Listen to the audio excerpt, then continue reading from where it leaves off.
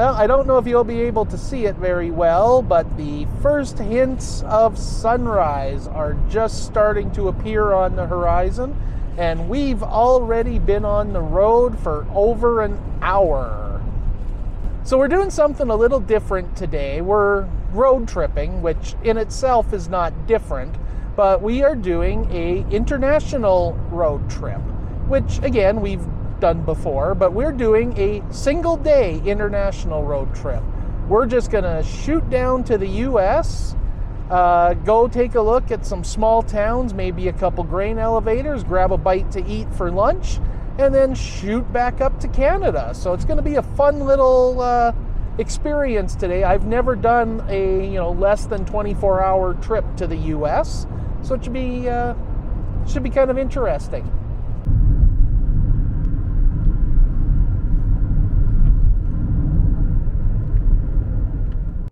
So there we go. I've saved you about 4 hours of driving time. And we are in Milk River, Alberta. And this is going to be our first and only rest stop here before we get to the border crossing at Coutts/Sweetgrass.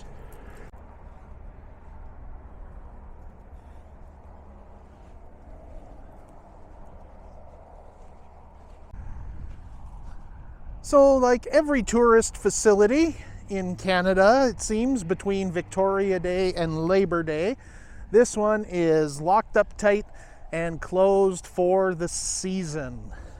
It's one of those things that has always bothered me about our country, is how as soon as you're out of that May to September time frame, tourism just, we just assume it grinds to a halt and nobody's going to want to, see anything, do anything, or things like that. So it's just, you kind of get used to it that, over the course of the winter, you don't get to go to a lot of museums or places like that just because they're not open.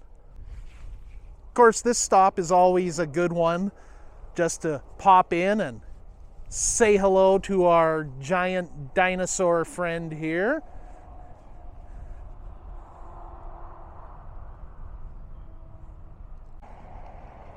And one of the things you don't see when you come to Milk River anymore are the grain elevators. They are gone from the skyline. I'll try to remember to put a card up in the video here. We did come down to Milk River a few years ago and record a video documenting the grain elevators that were here once we got word that they were getting ready to be demolished. The audio did not work because of the wind, and I didn't have a microphone with the proper wind muffler on it at that time. So the video's not the greatest, but it at least is documented proof that the grain elevators were once here and that, we recorded them, and they'll be something that future people will be able to see, even though they're now long gone. I'll look across there to the Sweetgrass Hills in Montana. Montana's going to be our next stop. Naturally, filming at border crossings is frowned upon, so you won't get to see any of that. I'm assuming everything's going to go fine. We're not doing anything wrong, although crossing the border is one of those things that even when you're not doing anything wrong, you always feel nervous and guilty for some reason. I don't know, maybe that's just me. We'll see you on the other side. Welcome to the United States. We crossed the border, absolutely no problem whatsoever. Wait for that truck to get out of the way here. No problems whatsoever. Pulled up, handed them our passports, asked where we were going, told them we had to stop here at Montana mailbox, pick up a couple parcels, and then we're gonna head down to Shelby and get a bite to eat. Handed us the passports back, gave a dog biscuit for Mabel, said, enjoy your big day in the US. So we've come down, we've made it to Shelby, Montana. Not a whole lot in Shelby. It's kind of known as being the BNSF switching yard here, so there's a lot of rail traffic that comes through here, but not a lot else. And as we always discover when we come to the US, there's so many great old signs. Alibi Lounge, the Griddle Restaurant.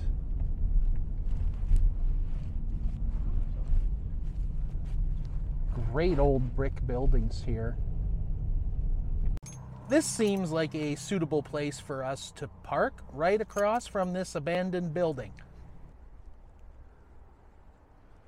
All boarded up. But what really caught my attention here was across the street at that old service station. That service station is really cool. For sale by owner. Looks very much like the old Phillips 66 stations that we saw on Route 66.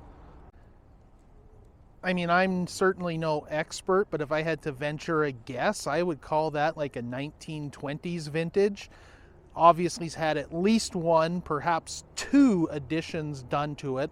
I think this service bay here in the middle is an addition, and then of course the two more modern looking ones on the right side are not original, but that first little one on the corner there, that is very, very cool. All right. Woo! So, good cheeseburger at the Griddle Restaurant. Yeah, excellent lunch, and now we're gonna start working our way back home, I guess. Yeah, that was a great lunch. Oh, hi, Mabel. I drive back down here just to eat at the Griddle. It was so good. And Mabel didn't get lunch, so she's a little anxious. So, unless I miss my guess and have misread the map, I believe this is Oilmont. When you come down Interstate 15 between Lethbridge and Great Falls, you always see the exit for Kevin and Oilmont. And I believe Kevin is on the west side of the interstate and Oilmont's here on the east side. Never been here before. I was just saying to Emily, I've never ventured off the interstate between Great Falls and the Canadian border, so seeing a few different things.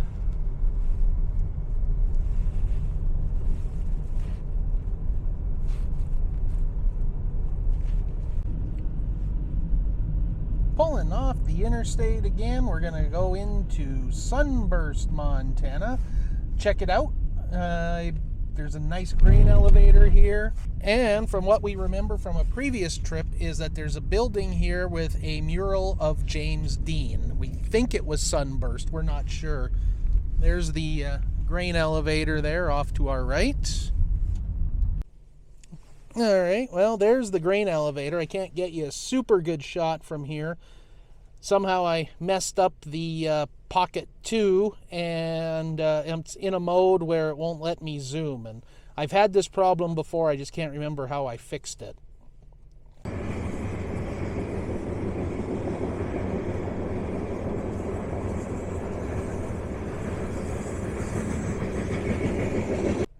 So we did a quick consult, and we did not find James Dean here in Sunburst.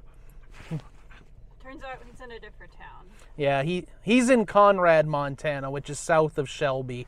So we didn't go that far down on this trip. So no James Dean, but if I remember, I'll stick a photo of the mural we were talking about right here.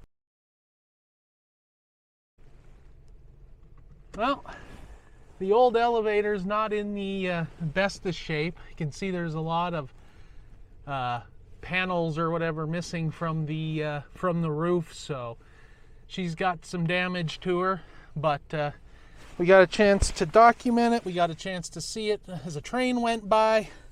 Found a geocache while we're parked here, and that is going to do it from the Montana side. Our next stop is going to be the US-Canada border, so just like the trip down, I'm not going to be recording anything there for obvious reasons. We'll see you back in Canada. Welcome to Coutts, Alberta. We are back in Canada. We're just making a quick stop here at the Catholic Cemetery in Coutts. I wanted to take a look at this old church bell.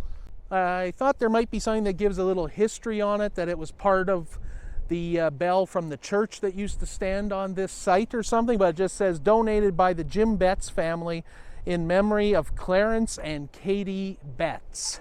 All right, I guess I spoke too soon. If I had looked a little bit further, there is a history here.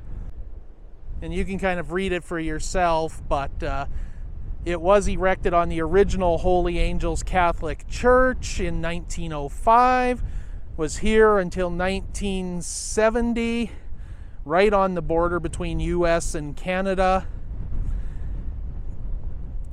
And then looks like it was rehung here in 1978.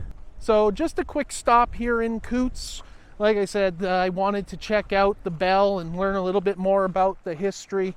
The new church is just to the north here, and just to the south of me is the US border.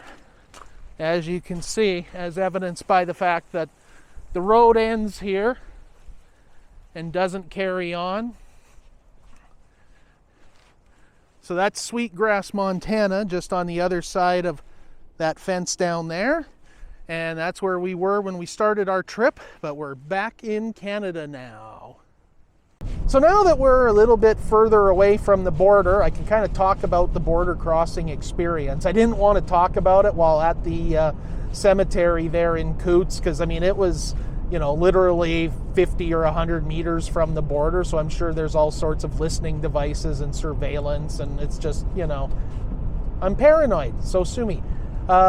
Coming back into Canada was super easy. We, you know, they asked how long we had been down, what we went for. I basically gave them, you know, that we had to pick up some packages from Montana mailbox or post office box. They asked how much the value was. I told them, you know, do you have any alcohol, tobacco, firearms, things like that. Then the only, you know, little wrench that they threw into things was they asked if Mabel was an American or a Canadian dog. And for whatever reason, the question just kind of threw me for a moment. And so I hesitated before answering. And so I said, well, no, she's Canadian. And they, the border guard at the window, I could see she turned and asked the supervisor, Canadian dog, thumbs up, thumbs down kind of thing. And I didn't hear what the border supervisor said. And she's like, well, okay, do you have any paperwork, vet certificate or vaccination certificate? And of course we did, and failure on me, I didn't have it ready. So it was in the glove box, but it was right on top. So it was super easy to grab it and present it. And they just kind of reviewed it, handed it back, gave us the passports back, wished us a good day. So pretty non-eventful, but you know, shame on me. I told you I was paranoid crossing the border, and one of the first things that I know is have all the paperwork ready. I should not have had to make Emily dig into the glove box to find that. That's DanoCan's border tips for today. Just making the turn here into Warner, Alberta, one of the last places in the province that has 3 elevators still standing. So of course, Warner used to be known for having a lot more elevators, but they've been slowly disappearing over the last few years. I think there's been at least 2, maybe 3 that have been demolished recently. In fact, we did a video from here not that long ago showing the elevators prior to demolition and some photos from previous trips. So, I mean, it's just one of those things. I know I'd get comments if people saw that we had been driving this stretch of highway and didn't include the Warner grain elevators. There'd be comments. I mean, feel free to comment anyway, but at least this way the comments should be more positive. Well, I don't know if you're going to be able to see it on camera or not, but that is the Happy Face Barn.